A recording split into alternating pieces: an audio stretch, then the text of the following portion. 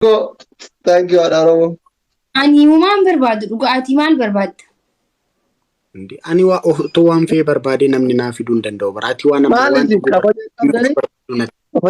Kabaja qabdanii maal barbaadda? Ani timir hindii fedha. Timir hindii asiraa. Asli adabbii tokkoffaa. Amma deemtee maakiif teemir hindii bittee Ababaan Hamzaa girgirii dhiisi adabbii fudhadhu. Kan dhugan timir hindii kan dhugan. Adabbii tokkoffaa. Amma mana deemtee maakiif teemir hindii kennitaaf fuutee deemtaaf. Ana lammaffaa.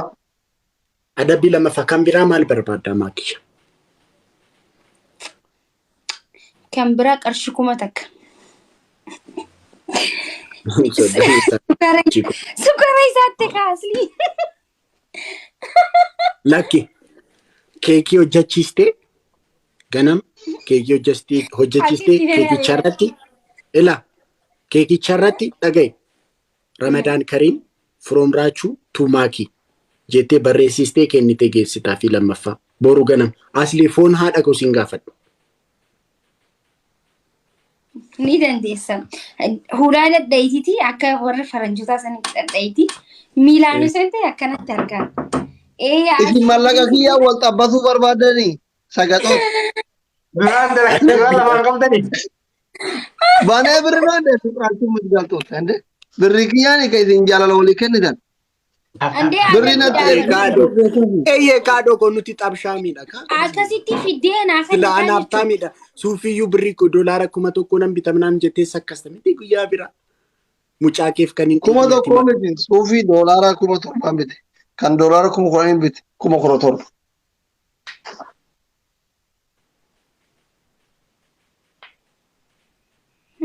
Yaallo ምንም ትንሽ ናት። 17 ዶላር ማለት አበባ ጃ በርባድ እኮ አመካ የቀጣሚ አስሊ ዳጋይ ምረጥ ቅጣት አበባ ጃ ጋይስ ፍላወር ተከራከራቲ tokkoffaa akkamii Kanaadaa deemuu dandeenya? Kanaadaa haala salphaa kanaan akkamitti deemna? Akkamitti ergita? Sobaa dallaalaadhaa homaa jettanii dubbataa jirtanii. Sobaallee miti dallaalaadhaallee miti kan ergus anaa miti.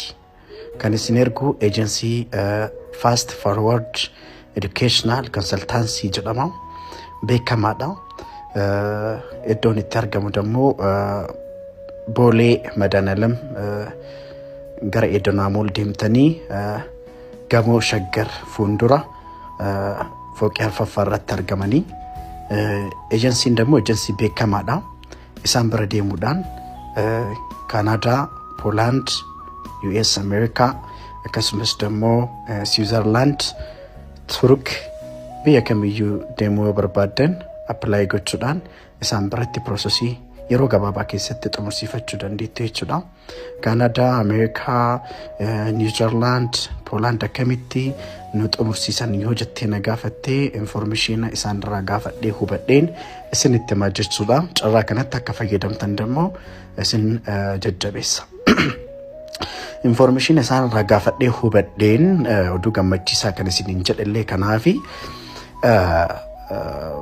biyyoota barnootaaf deemtanii Kanaadaas ta'ee akkasumas Ameerikaa, USA akkasumas Poolaand akkasumas dammoo Switzerland barnootaan isinii erganii scholarshipidhaan jechuudha. Scholarship apply isinii godhanii yeroo gabaabaa keessatti isinii xumuranii jechuudha. እና karaa higgaawii ta'eenii wanti isin sodaachisu yookiin dammoo wanti isin cinqu tokkollee hin jiru biiroo qabanii biiroo isaanii deemtanii hin galmooftanii jechuudha.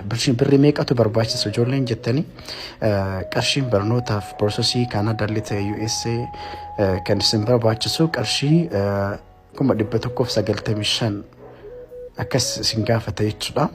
Qarshii guddaadhaa miti deemaatii isaan biratti galmaa. Jalamaa fi bultii 15 keessatti isinii xumurani. Ulaagaan barnootaaf isin barbaachisu dammoo salphaadha. Maaltu isin barbaachisa? Dookumentii kutaa 10 irraa ka'e haga kutaa 12 haga yuunivarsiitii digirii tokkoffaa digirii lammaffaa yoo qabaattan haala saniin kutaa 10 irraa kaatanii galmaa'uu dandeettanii jechuudha. Lammaffaa dammoo wanna ispoonsara isin barbaachisa. Ispoonsara miiliyoona 1.5 haga miiliyoona 2 nama mul'isuu qabu yoo qabaattan haala saniin deemtanii galmaa'uu dandeettan. Yoo hin qabne dammoo konsultaansiin ejensiin haala isinii mijeessa isinii xumursiisa jechuudha. Kana deemaatii isaan bira galmaa haala salphaadhaan piroosesii keessan isinii xumuran isiniin jechuu barbaada. Turkillee dammoo qarshii 160 haga 80 isinii xumuranii bultii 15 keessa isinii xumuranii isin ergan isiniin jedha. Amansiisaadha isaan bira deemaatii galmaa piroosesii keessan xumursiifadha isiniin jedha. Odeeffannoo dabalataatiif dammoo baawwarra isinii ka'ee jira liinkii teelegiraamii giruuppii qabna giruuppii san keessa deemaatii gaafii dabalataa gaafachuu barbaaddan gaafadhaa isiniin jedha. Galatoomaa fayyaa ta'a. Ijoollee haqqiin dalaydan okkee haqqiin dalaydanii ijoollee garuu mallaqa namaa nyaatanii nama boochisaa jirtan keessattuu ramadaana kana soomana akkamii soomtan salaata akkamii salaattan du'aa akkamii gootan istikfaar akkamii gootanii jedha baran onneen teessan gammachuu qabdi taragaaggaatanii sakanni jettanii jireenya teessan jiraataa jirtanii ijoolleen ramadaana kana keessa akkamitti dhaabbattee akkamitti gubataniitiin mallaqa akka fidan isaaniitu beeka. Isaaniif rabbii tokkochitu beeka. Biyya keenya keessa ramadaana keessa shamaratti hagamta akka dalagaan ulfaata. Hawwatii keessanitti obboleeyyan keessanitti agartanii miti. Biyya arabaa kana immoo hirribnoo hin jiru. Ijoolleen hedduu hirribaayyuun argatan. Wallaahi lazi. Sadarkaa kanaan dalaganiitiin mallaqa isinitti kennan. Mallaqa kana yoo nyaattan waraqata keessanitti sirreeffatanii kiraayii keessanitti kafaltanii uffattanii nyaattanii wazanaa jettanii jiraattan. Jireenya keessan kan gammachuuti. Rabbi jireenya keessan keessa gammachuu isinii hin kennin. Ijoolleen mallaqa namaa nyaatanii bilookii gootanii uummata kan fiddan jettanii sanuu namarratti tama tsaaddeqtan. Ofii qaruutee taatanii nama gowwoomsitan wallaahi rabbi jireenya teessan keessa gammachuu isinaa orgu. Wanna qabdan keessa rabbi barakaa isiniin kaa'in. Kana wantin isinii dhaamu. Namni afoo naalillaa naa jedhaa waa takka. Dalagee isinii kannaa yeroo naa kennaa waa takka. Uummata akka hin fiddani jettaniitiin yoo afaan baatanii namatti dubbattan subhaanal khaaliq. Xiqqooma rabbii keessaniin sodaatanii ni duutanii bar. Nama jechuun bar nama ajaawa namni bar gaafa du'e reeffisaa kan ajaawu kan qaama isaa keessa waan ajaawan bahu nama jechuun kana yeroo ammaa kana dhaabbattaniitiin yoo isin nama mana madaamii keessa gadi ba'eetiin dubbatuun kan deemne nama baadiyyaarraa dhufe nama miskiin bilbilaayyuu gara itti qabatan namoota hin beekne bilbilaa gara itti namarraa informeeshina fudhatan informeeshina takka warra hin qabne namoota hedduutu jira mana madaamii keessa kan bilbila ammallee hin eeyyamamneef namoota hedduutu jira tiktookii kana gara galu kan beeku shamara tiktookii kanarra afaan banaa ooltu tana laalina koomentii jalatti nama arrabsaa ooltu tana laalina shamara ijoolleen biyya arabaa jirtu hedduun isaanii bilbila qabatuun ka orgametu jira ammallee ka bilbila hin qabannetu jira ijoolleen nama mallaqa nyaatamanii mallaqa namatti hin erginaa jedhee yoo laayif irra dubbadhu yoo viidiyoo dalagu baga nyaataman baga isaanitti maaltu itti kennaa jedheen ijoolleen shamaraa murteessuuf hin deemina. Maaliif jennaan kan akka keessanii ifa kana hin laalle hedduutu jira. Kan dukkana keessa jiru hedduutu jira. Kan arabaan bitameetiin gadi akkanatti gadi qabameetiin tuumamaa arrabsamaa jiraatu. Bilbila malee ka jiraatu hedduutu jira. Bilbilaayyuu akka isaan laalan kan eeyyamamneef hedduutu jira. Garuu warroonni mallaqa ergitan rabbii isin uume sodaadha mallaqa namaa yoo nyaattan.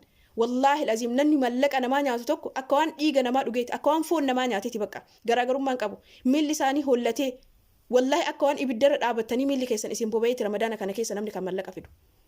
Mallaqa akkana namarraa nyaataatiniin yoo namatti afeestan kan mallaqa irraa nyaattan san gowwaataa gootaniitiin teessan yoo qaruutee fakkaattan rabbii keessan hin sodaattani ni duunan jettani yoo malqiyaamaa rabbi fuuldura itti gaafatamna haqqii namaa kanan jettani hin yaaddani maaf jiraanna rabbiin isin uume sodaadha haqqii namaa deebisa haqqii namaa hin nyaatina kana wantin isinii dhaamu wallahi dadhabee jira waan